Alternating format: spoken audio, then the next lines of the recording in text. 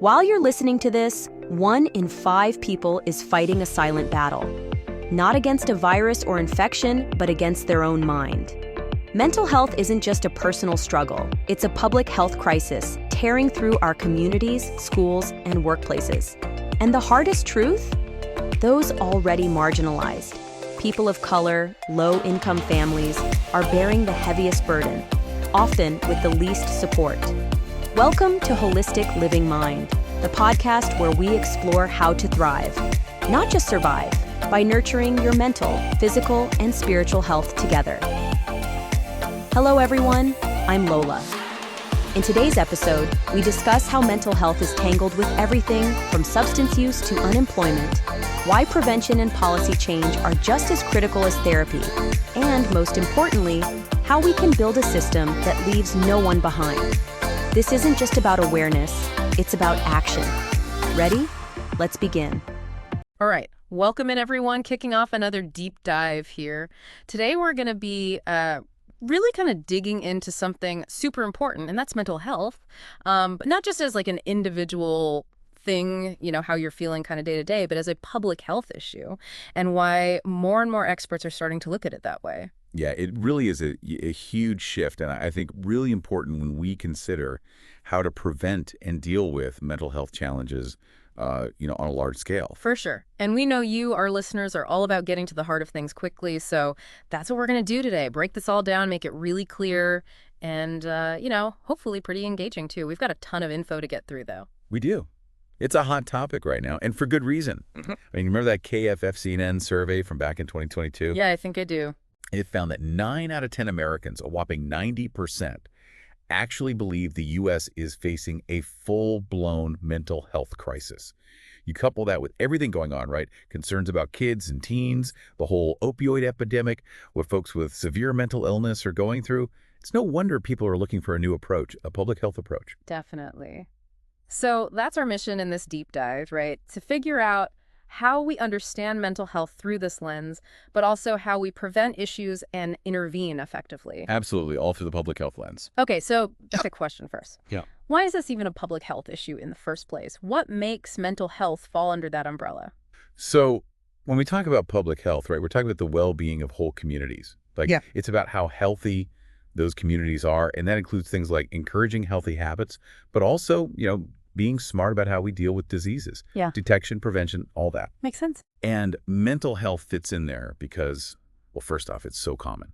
And when someone's mental health is suffering, it affects everything. Yeah. Not just how they feel, but also their physical health, their relationships, their ability to just get through the day. It's bigger than just one person's struggles. It impacts the whole fabric of society. It's not just a bad day here and there, right? It's like how your mental state impacts everything you do, how you see the world. Exactly. Think about it. How well you connect with other people, the choices you make, how you cope with stress. Yeah. All of that's tied to your mental well-being, and public health gets that. They see that protecting and promoting mental health is, well, it's crucial if we want communities to actually be healthy and do well as a whole. So it's not just about treating people when they're already struggling, but like looking at all the factors, all the things that contribute to mental wellness. Precisely. So let's talk about some of these interconnected things. We've got this whole web of factors, right? Let's start with social relationships. How does that fit into the picture? Well, what's really interesting is how poor mental health can kind of create this domino effect in our social lives. When you're struggling, it often leads to social isolation, which, that makes it harder to communicate, to connect with others in a meaningful way. And this is especially critical for, kids and teens, because having those healthy relationships is super important for how they develop. And actually, when you look at the science, prolonged isolation, like neurologically, it can start to really affect those parts of the brain that deal with empathy and communication. Mm-hmm. And those are crucial for building strong family bonds. It can make it so much harder to resolve conflicts or just relate to each other. And those long-term impacts can be pretty serious, right? It's not just feeling lonely for a bit. It can snowball into bigger things. Yeah, it can. In adults, this isolation that stems from poor mental health, it can contribute to families breaking down, divorce, even things like neglect of children, sadly. And when we look at the whole family unit, dealing with mental illness takes a toll financially and emotionally. You might have a family trying to get help for a child and it's costing them a fortune, while at the same time, different members of that family might be dealing with their own mental health symptoms. Wow, sounds like a heavy burden all around. It is, yeah. And tragically, sometimes the kids in these situations start to think it's their fault. You know, they internalize it and blame themselves. That can lead to loneliness, feeling different, maybe even acting out or having social problems later on. Hmm. And it's worth noting, too, that some families, they kind of withdraw socially because they're afraid of what people will think, being judged. Hmm. And that just makes the isolation worse. So it's the cycle that keeps feeding itself. Yeah. Now, another connection we often hear about is substance misuse, right? It seems like these two things are intertwined. They really are. There's this back and forth, Having a mental health problem can make you more vulnerable to substance misuse and vice versa. The stats from NADA are, well, pretty eye-opening. 1 in 4 adults with a serious mental illness also has a substance use disorder. That's a huge overlap. It is. And SAM-HOC's got data showing that people struggling with mental health are more likely to use opioids that aren't prescribed to them. Then there's the 2022 National Survey on Drug Use and Health, which shows that adults with any mental illness, serious or not, they were much more likely to have used illicit drugs compared to those without mental illness. Like, in some cases, it's almost double the likelihood. We're talking 52.9% and 43.9% for those with mental illness compared to 20.6% for those without. This is a really big national survey, so it gives us a good idea of how connected these two issues are. Though, correlation doesn't always equal causation. There could be other factors at play. Right, right. But those numbers are still, they highlight the connection. They do. And it's not just adults we're talking about here. NED also found that kids and teens with mental disorders are more likely to develop substance use disorders too. And their research actually indicates that mental health issues like depression, anxiety, those often pop up before the substance use problems. It's almost like those mental health challenges, they become this pathway to using alcohol or drugs to cope. So if we can address mental health early, it could protect people from substance misuse down the line. Exactly. Let's shift gears a bit and think about school. It's hard to imagine, focusing on your studies when you're dealing with mental health struggles. You're absolutely right. It's tough. The research is pretty clear. Poor mental health can make it really hard to succeed in school. Students who are struggling, they often have trouble forming good relationships with their teachers, and that's so important for learning, feeling supported. And then there's the concentration piece, staying motivated, following school rules. All of that can be a real struggle. And that can lead to problems at school, right? Like disciplinary stuff. Yeah, unfortunately. Things like suspensions, expulsions, which of course just interrupt their education even more and can have long-term consequences. The Child Mind Institute, they found that the suspension expulsion rate for students with emotional disturbances is 64%. Wow, that's incredibly high. It is. And the impact goes beyond just those disruptions. Every year, almost 28,000 students with mental health issues and other health problems, they drop out of school. And tragically, those individuals are 63 times more likely to end up incarcerated compared to kids who graduate college. And it doesn't stop there. When you look at life expectancy, people without a high school diploma, they live about 9.2 years less than those who graduated. So education is about way more than just grades. It affects everything. It really does. And public health experts understand that the more education you have, the better your chances of being healthy overall. There's data from the CDC that shows people with at least some college, their mortality rates are half those who never went to college. Plus, they have lower rates of chronic illnesses like diabetes and asthma. So supporting kids' mental health in school, it's not just about them feeling good, it's about giving them a shot at a healthier, more successful future. Exactly. Speaking of success, let's talk about the workplace. Mental health struggles got to have a big impact there, too. Oh, absolutely. This is a major point where mental health and public health overlap. Mental health issues can make it hard to concentrate, which, that directly affects how productive you are at work. NAMI found that people with depression often have trouble focusing. This can make it tough to get ahead in your career, to do your best work, and it can strain your relationships with your boss and coworkers. Ultimately, it impacts how satisfied you are with your job. It makes you wonder how many people are silently struggling at work. Yeah. And what that's doing to their confidence and their career paths. Yeah, it can be this downward spiral. For sure. Then there's the absenteeism piece. Mental health issues can lead to missing more work, which can, sadly, result in losing your job or having your hours cut back. And, like we talked about earlier, losing your job can mean losing health insurance, which means less access to health care, maybe not treating conditions, missing out on preventive care. It just continues, Yes. right? Earning less money can lead to poverty, which affects things like housing and getting a good education. So not addressing mental health in the workplace, it has huge economic consequences too. Absolutely. Okay, last connection we're going to talk about is mental and physical health, the mind-body connection. This is so important. The fact is, mental health issues can actually impact the development and severity of physical illnesses. We often see poor mental health linked with things like substance misuse and not being physically active, which, those things have direct consequences for your physical health. Yeah, it's like they feed each other in a bad way. Exactly. There was a study in BMJ Mental Health last year, 2023, that was reported on by Science Daily. It found that people with severe mental illness, they're almost twice as likely to have multiple physical health conditions at the same time.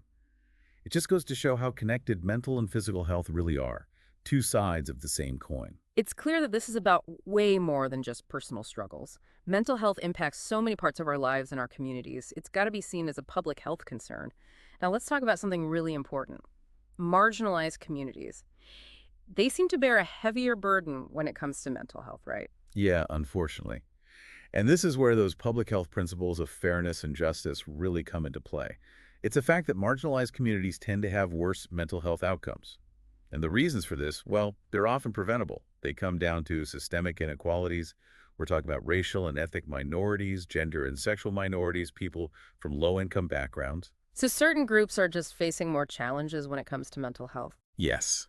For example, there was some research published in the Journal of Racial and Ethnic Health Disparities in 2023 that looked at the mental health effects of the COVID-19 pandemic, and it found that Black, Hispanic, and Asian folks, they were hit harder than white individuals.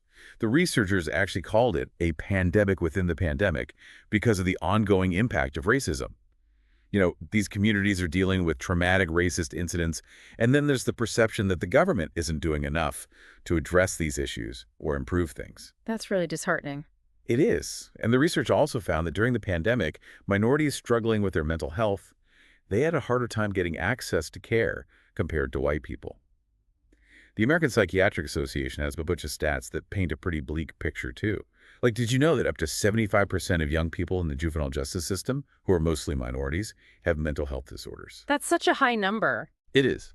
And on top of that, minority youth who have behavioral problems, they're more likely to be sent to the juvenile justice system instead of being referred to healthcare providers compared to non-minority kids. Then there's the LGBTQIA+ community. They face much higher rates of depression, anxiety, and substance misuse, like 2.5 times higher than heterosexual individuals. And sadly, Black patients are less likely to be offered evidence-based treatments for mental health, like medication or therapy, compared to other groups. Wow, that's a lot of disparity across the board. What's driving this? Why are these inequalities so persistent? There are a lot of factors, but two big ones are limited access to healthcare and negative perceptions about getting mental health treatment. Let's break those down, starting with access. What are some of the barriers?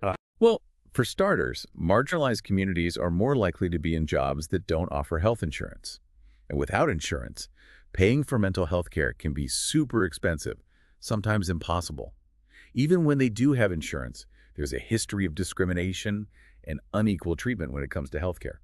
Like, the APA found that Black folks are less likely to be offered medication and therapy for their mental health, even if they're insured. So even when you technically have access, it might not be equitable access. Right. And then there's the issue of cultural competency among mental health providers. This goes beyond just having a diverse staff. It's about understanding and respecting the values, beliefs, and practices of different cultures and tailoring treatment to those things. Like, in some cultures, talking openly about mental health within your family is taboo, so you need a different approach to engage them and provide support. There's a big gap here, too. The APA did a survey in 2021 on the racial makeup of psychologists, and over 80% were white, while only 5% were Black. This lack of representation can make it really tough for people from marginalized communities to find someone who understands their culture and can provide culturally sensitive care. A good therapeutic relationship is built on trust and understanding, and if you don't see yourself reflected in your provider, it can be hard to open up and feel comfortable. Then you add in language barriers, implicit bias among providers, and the fact that there just aren't enough mental health professionals in many marginalized communities. It creates a real uphill battle. It's like the people who need the most help are facing the most obstacles. Yeah, sadly. Now, you mentioned negative perceptions about mental health treatment. How did those play into things? Well, those can be really powerful deterrents. Different communities have different attitudes about mental health, shaped by their religion, their culture, their beliefs. And sometimes those beliefs can lead to mental illness being stigmatized. That can prevent people from seeking help for themselves or their loved ones. For instance, in some communities, there's this idea that men shouldn't show weakness or vulnerability, so they might be hesitant to seek mental health support. It's crucial for public health professionals to understand these different cultural perceptions so they can develop programs and services that are sensitive to those beliefs and actually reach the people who need them. So we need a more nuanced, culturally aware approach to mental health care, one that takes all of these factors into account. Absolutely. All right, so given all of this, what can public health professionals actually do to address these complex issues and make sure everyone has a chance at good mental health? Well, they're really at the forefront of tackling this, and they play a crucial role in understanding those factors that impact mental health. And because this issue is so broad, with so many moving parts, we need a comprehensive approach. That means folks from different backgrounds with different areas of expertise, they all need to be involved. People in public health policy, social work, healthcare administration, community health. All of them can advocate for mental health support and services. A lot of them have specific training in public health, many with degrees like a Master of Public Health. So it's a team effort spanning across different fields. It is, absolutely. So what are these professionals aiming for? What are their main goals when it comes to promoting good mental health? They've got a lot of goals, all intertwined. They're working to stop mental disorders from developing in the first place, to make mental health services easier to get, to support people who are in recovery, and to bring down the rates of death, disease, and disability linked to mental illness. Plus, they're raising awareness, trying to reduce the stigma that keeps people from getting help, and working hard to close those gaps in access that we talked about. Making sure everyone, no matter who they are or where they come from, has a fair shot at getting care. It sounds like a huge undertaking. It is, but it's crucial. Prevention and intervention, those seem like really core parts of this public health approach. What are some of the ways they work in these areas? So they develop and run programs that target those underlying risk factors that can lead to mental health problems. And they also focus on using methods that have been proven to help people achieve and maintain good mental health. Figuring out what those risk factors are, things like experiencing trauma or having a chronic illness, that's key to designing effective prevention programs. But knowing those factors also means you can intervene early, as soon as issues start to show up. So catch things before they become big problems. Right. And there are different types of programs, too, tailored to different groups. There are early childhood programs, programs for older adults, and initiatives focused on preventing violence. Let's dive into those a bit. Let's start with early childhood programs. What are those all about? So these programs, they aim to provide kids who are at risk with a stable, supportive environment, an environment where they feel safe and loved, where they have chances to learn and grow, and where they get those stimulating interactions that help them develop. The idea is if you nurture healthy development from a young age, it can actually shape how their brains develop and increase their chances of having good mental health throughout their lives. So build a strong foundation early on. Exactly. A good example of this is the Infant and Early Childhood Mental Health Consultation Program, or IECMHC. This program works with families and anyone who interacts with young kids to help them create environments that support a child's social and emotional development. And they're all about getting in there early, responding before a full-blown intervention is needed. So supporting mental health right from the start, what kind of things does IECMHC actually do? Oh, a lot. There are mental health consultants. They go into child care centers, homes, preschools. They'll consult with staff at preschools, giving them strategies and advice on how to support the mental health needs of the little ones and their families, helping to create a mentally healthy atmosphere. They also provide staff with info about mental health services they can refer families to, and they work with administrators to develop policies that support mental health and educate them about how things like expulsion policies can negatively impact a child's mental well-being. So it's about addressing the whole system around the child to support their mental health. Makes sense. Now, what about programs for older adults? Their mental health often gets overlooked, but it's still so important. You're so right. A lot of these programs focus on combating social isolation, which can be a huge problem for seniors. When you're isolated, it can really impact your mental health. So these programs offer social activities, chances to interact with people in the community, and support for the social and emotional challenges that older adults might face. And this support is really needed, especially considering that, according to the CDC, about 20% of older adults experience some kind of mental health issue. The National Council on Aging, or NCOA, they've got some great examples of programs designed to help seniors maintain good mental health. What are some of those programs? Well, there's one called Healthy Ideas, which stands for Identifying Depression and Empowering Activities for Seniors. This program is all about detecting and reducing symptoms of depression in older adults who might also be dealing with chronic illnesses or limited mobility. They screen and assess seniors, educate them about depression, and refer them to mental health professionals if needed. Then there's BRIGHT, which is Brief Intervention and Treatment for Elders. This one focuses on preventing substance misuse in seniors. They do screenings, identify any issues with non-dependent substance use or prescription meds, and offer strategies to prevent those issues from getting worse and needing more intensive treatment. Sounds like they're really tailored to the specific needs of older adults. They are. Okay, last one. Violence prevention initiatives. How do those tie into mental health from a public health standpoint? The American Public Health Association, they've been very clear that violence has a devastating impact on kids' development and the health of entire communities. And it's not just the physical harm. Violence and the trauma that comes with it can lead to a whole range of behavioral and mental health problems. For instance, SAMHSA, they've linked trauma to things like substance misuse, self-harm, depression, anxiety, PTSD. The list goes on. Violence prevention programs try to get at the root of the problem by challenging social norms that condone violence, reducing risk factors, and helping communities become more resilient. So what's an example of how they challenge those social norms? Well, think about some cultures where there are harmful ideas around things like a woman's sexual purity or family honor. These ideas have been used to justify violence. Violence prevention initiatives can directly challenge those ideas, trying to make it socially unacceptable to use them to justify hurting others. Whether it's intimate partner violence or gun violence, there are evidence-based programs that can really make a difference. The CDC actually has recommendations for effective approaches to preventing all types of violence. Interesting. And what are some of those proven strategies? When it comes to intimate partner violence, some things that work well are bystander empowerment programs. These programs give people the skills and confidence to step in safely if they see something that's potentially dangerous. There's also social emotional learning, or SEL, for kids and teens. This helps them learn to manage their emotions and build healthy relationships, which is so important. And for couples, there are programs that teach healthy relationship skills and communication strategies. More broadly, the CDC emphasizes a few key strategies that apply to preventing all types of violence. One is to start prevention efforts early in life and keep them going throughout a person's life. Another is to identify those groups that are most at risk of experiencing or perpetrating violence. And the third is to create programs that address all the different risk and protective factors that can influence violence. The goal is to make communities safer and healthier for everyone. It's about creating an environment that doesn't tolerate violence. Exactly. So we've talked about these programs, but what else can public health professionals do to help? Well, they're also involved in advocating for better policies.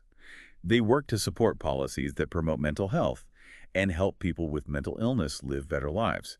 For instance, they might advocate for policies that try to reduce homelessness and incarceration, because those things can really make mental illness worse, and they disproportionately impact people who are struggling.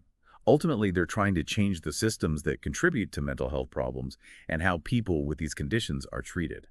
So it's about creating a more supportive society from the ground up. Absolutely. And what about research? What role does that play in all of this? Research is essential. To develop effective prevention and intervention strategies, public health professionals need solid evidence, and they get that through research.